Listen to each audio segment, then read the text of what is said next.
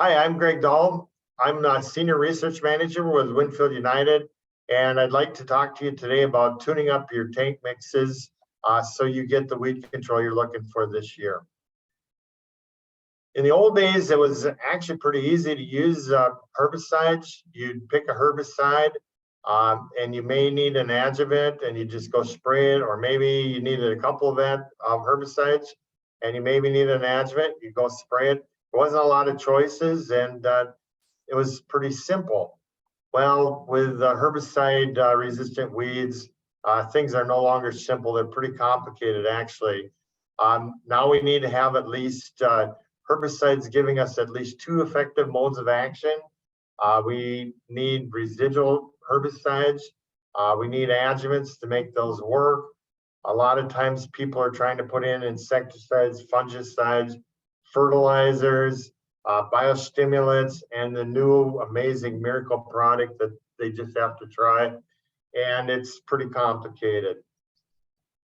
And then we've got the new herbicide technologies, the dicamba technology, the 2,4-D technology. Some of those things added some complications. Now we need a DRA, or a drift reduction adjuvant, a VRA, or volatility reduction adjuvant. We need some other water conditioners and other surfactants, things like that, to make all those things work. And it's a pretty complicated system. And then we have this saying in agronomy that logistics beats agronomics. And so people are going to do things to get as much done as they can. And sometimes agronomics suffers. So they're doing this to save time, to save money, and to get their operations done. Well, can they do that? First off, all these things will they mix? And then if they can mix, will they work? How effective are they going to be? Are the things actually being applied on time? And are some of the things actually needed? All these things are there, and everything's fine until something's not fine. And so when we mix all these things together, we can end up with a bad spray mixture. And here's a very bad spray mixture. Somebody's not going to have a good day. This is going to be tough to get out of the tank, and it's a complete loss. Here's some other things, bad spray mixtures. And in fact, these are so bad, they won't spray. So somebody is definitely going to have a bad day. And these are things that happen because errors were made, because things are complex. So in that first bad mix, what it was we had a generic glufosinate, we had a clethodim product, we had a group 15 herbicide, and then we had some adjuvants. And something didn't mix well, and we've got a real mess. Here's one that is recent. You can actually apply a K-salt glyphosate with Enlist 1, but it's really hard to do. And here's a case where somebody mixed that, and this is not sprayable. This is a bad day for somebody. And so we'll talk about that later on, but we definitely want to avoid these bad spray mixes. A good publication that Purdue actually put out is on avoiding tank mix errors. You can go to their website and you can download this publication for free, or you can pay for it, and it's just a minimal charge for it. It's a great piece of information. Lots of good things in here, of which I'll use several of them today. So one of the things we want to do is you've got to clean that sprayer. That sprayer needs to be clean when you're mixing things. And then I really recommend cleaning the sprayer at the end of every single day. You just will eliminate a lot of problems by doing that. So yes, mixing into a clean sprayer prevents a lot of problems. Cleaning a sprayer at the end of the day prevents a lot of problems. Great applicators do both.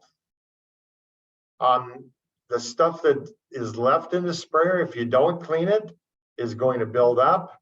It's going to dry in there. Dried materials are a lot harder to loosen and clean out than things that are still liquid. So we want to get it cleaned out best we can, as soon as we can.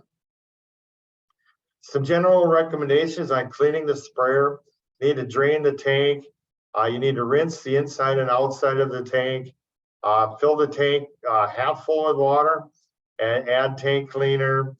Agitate the sprayer, get things mixed up, and then let it sit, and then spray some of that solution through the nozzles, get that out of there, and then do a triple rinse on that sprayer. Make sure that you spray some of the rinse aid through the booms to clean them out.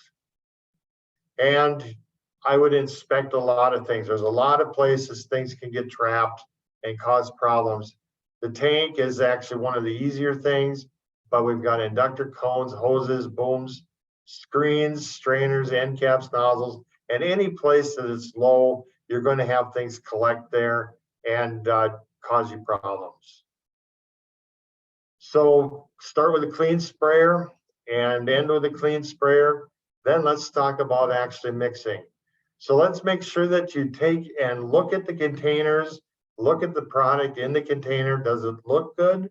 Because sometimes you can spot a problem right there. Oh, this stuff doesn't look right.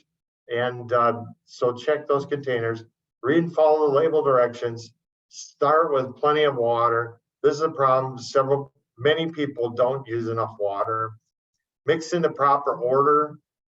There's a Wales or Dale's method that we'll go into later, but basically you want to get things that need to get wet.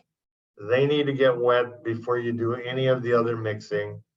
And then we need to have agitation going to get things mixed. If you are unsure of anything, I strongly suggest doing a jar test. You don't want to mess up a whole sprayer and deal with that if you can stop it before it happens. And so my suggestion is to do a jar test, especially if you have a lot of products that you're mixing. If you have new products that you're mixing, that you really haven't worked with them before, you don't know what they're going to do a jar test. And then another area I suggest doing a jar test is if you're mixing different formulations of products, because they're going to want to do different things. Some may want to rise to the top, some may want to go to the bottom. You may have things that just do weird things because of the formulations that you're mixing. Okay, starting into this thing, things that need to get wet need to get wet. And it sounds dumb, but they do. And it takes longer than you think. And so we have dry herbicides. Dry herbicides may completely dissolve, or they may contain solids that are just going to get dispersed in the water, but they need to get wet before you start adding other things in. So we put the water in first, put these things in first, let them either dissolve or get wet, and then you'll need to agitate and move on. One of the things that needs to get wet are these SC herbicides, and they are basically solid particles in a liquid. They are not going to dissolve. They're going to try and sink. So they're going to want to go to the bottom of the tank. You need plenty of water to get these things wet. You need to put them in first, and you need agitation to keep them up because they are going to want to go to the bottom. Okay, another thing to remember is mixing takes longer when temperatures are cold.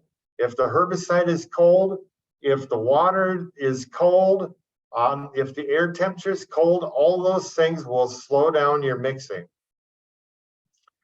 So here we're looking at spray grade AMS in water.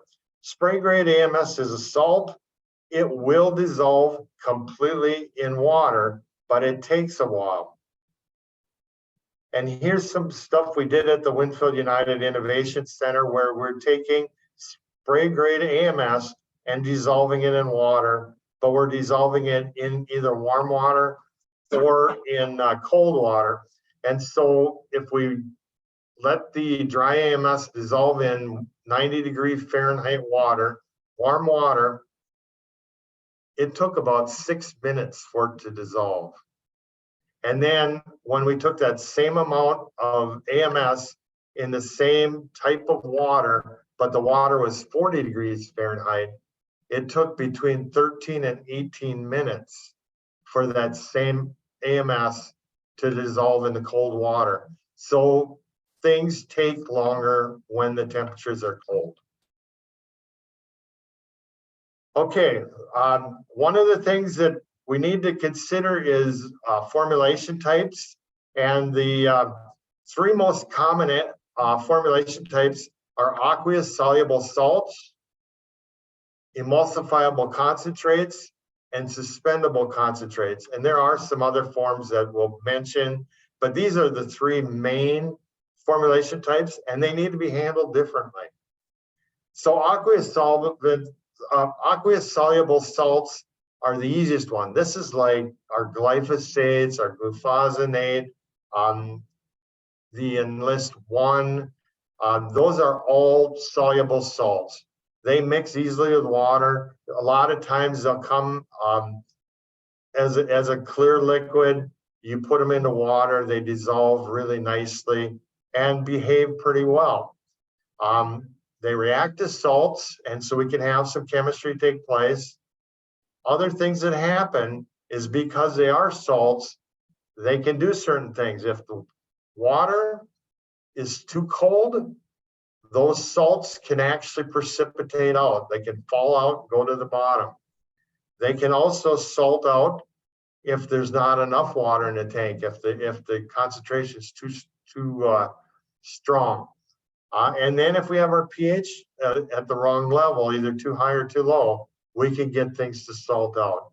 And then another thing that can happen with these aqueous soluble salts, they may not mix well with oils. So those are things to think about with these types of products. The next type is emulsifiable concentrates. These are oil type products. They like oils, they want to be with oils. They will contain oil soluble products and an emulsifier. An emulsifier is a surfactant that allows oils to mix with water. The oils are going to want to be attracted to each other. Things that are in the water are going to want to be attracted to each other, and these two are going to repel from each other generally. If we have a good emulsifier, these products will mix in water. They will actually form little micelles, which are little pieces of oil that are floating in the water, and they'll look like milk.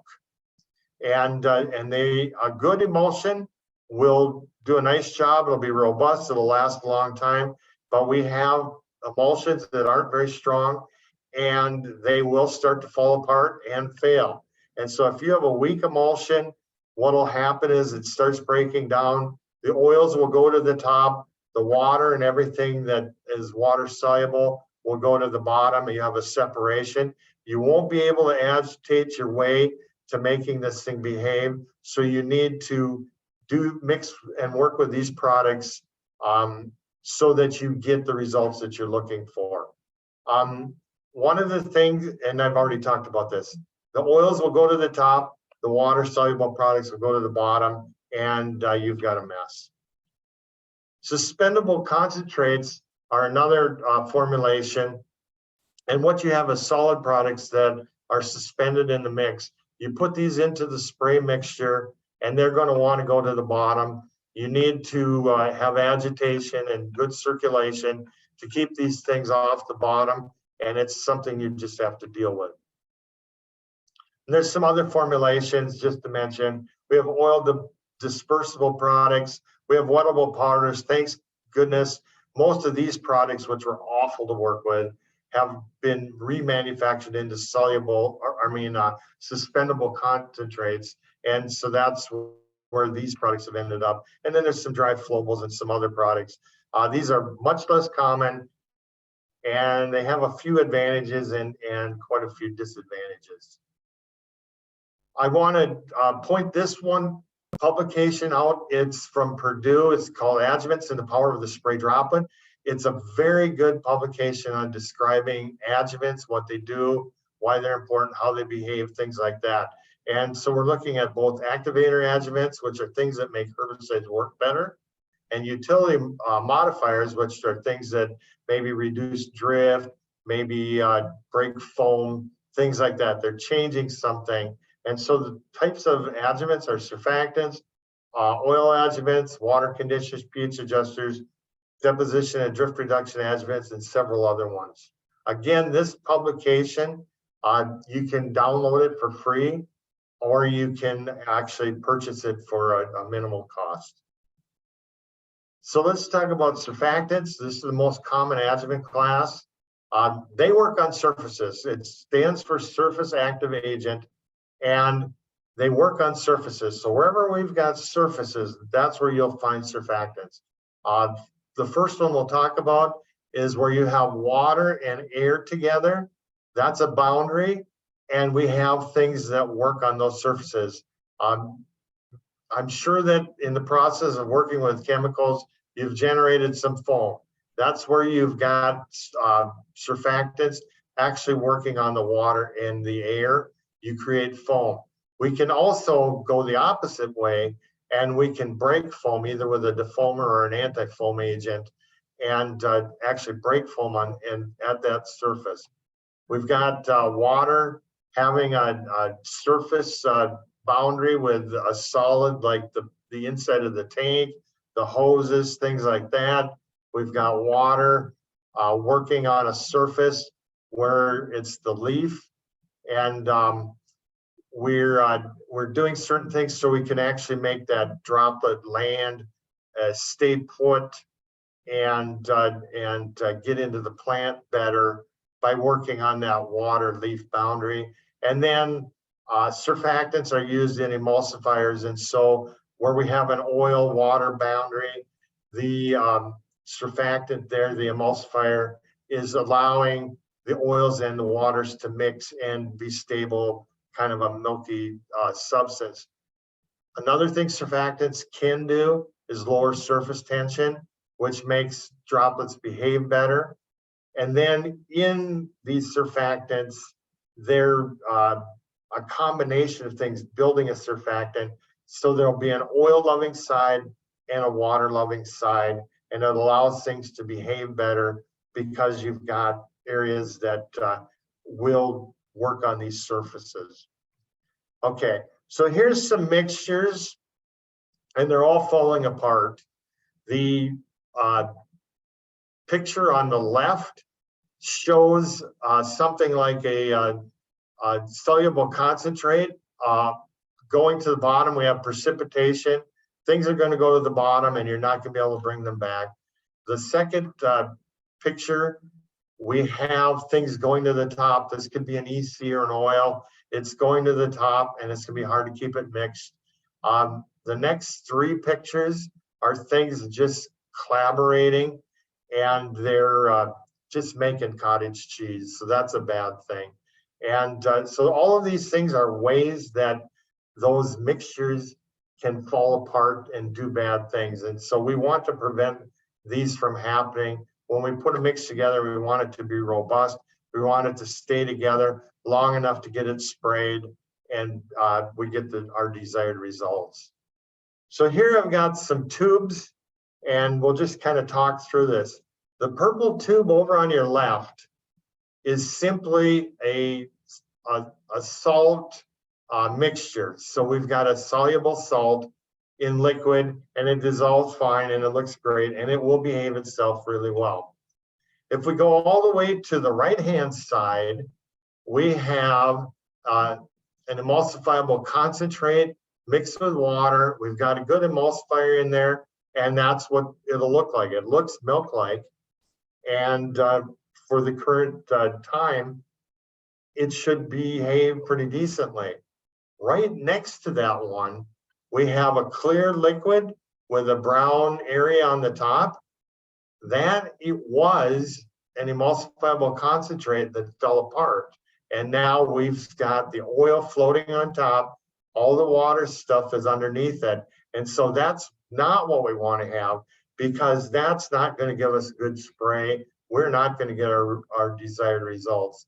And then if we look at the kind of yellow tan tube that's in the middle, that actually is a soluble or a suspended concentrate.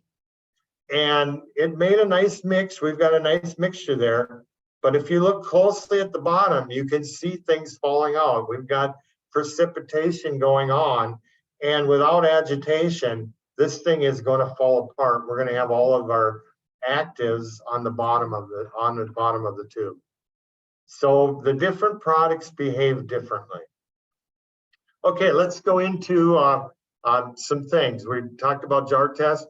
Here's a mix that we didn't have enough water, we didn't have enough time, and you can see the sedimentation, it's there. This incompatibility can happen when oils are combined with SCs or dry products, and this is a mess, and it's either going to be hard or impossible to fix this. So we don't want to make something like this.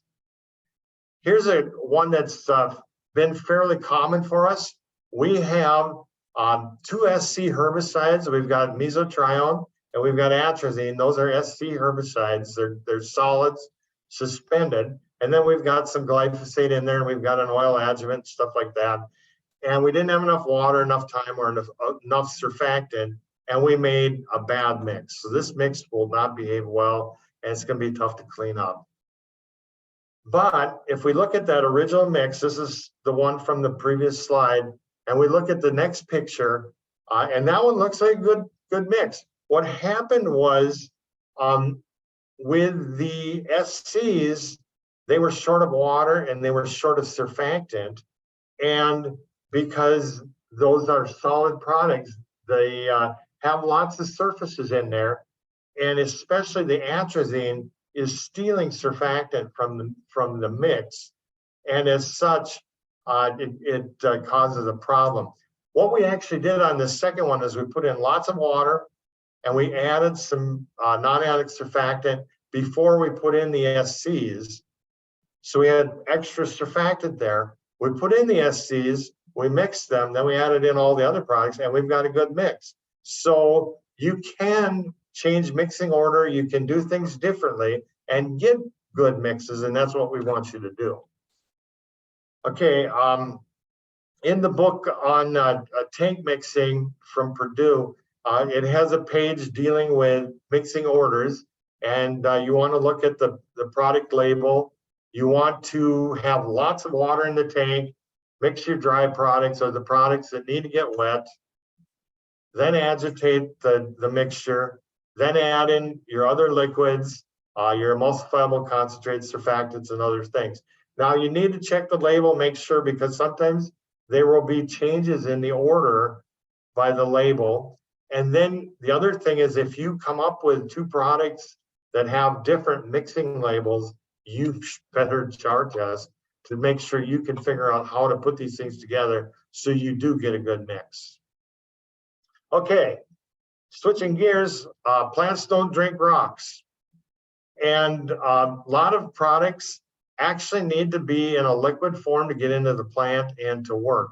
And so what we've got here is this work was done at North Dakota State University a long time ago. And what we're looking at here is a wheat leaf surface. It was treated with glyphosate and non-ionic surfactant. And what we don't want to see is any crystals. Do you see any crystals here? No, you do not. So this glyphosate will actually get into this plant and do what it's supposed to do. Okay, we took the same mix, so we've got same wheat leaf, we've got glyphosate and non-ionic surfactant, we add calcium to it. Do you see crystals? Yes, you do. And the crystals are calcium glyphosate, and so we've created a rock. They're not going to get into the plant. We're not going to get the weed control that we're looking for. And then if we look to this one here, we basically have the same wheat leaf. We've got glyphosate, non-ionic surfactant, calcium, and ammonium sulfate. And do you see crystals? And yes, you do. But the nice thing is those crystals are actually calcium sulfate, which is gypsum, which really wants to be a rock, and it is. and we've left the ammonium and we've left the glyphosate. They're going to join together and become ammonium glyphosate. They're going to stay liquid longer, and the ammonium actually helps the glyphosate get into the plant.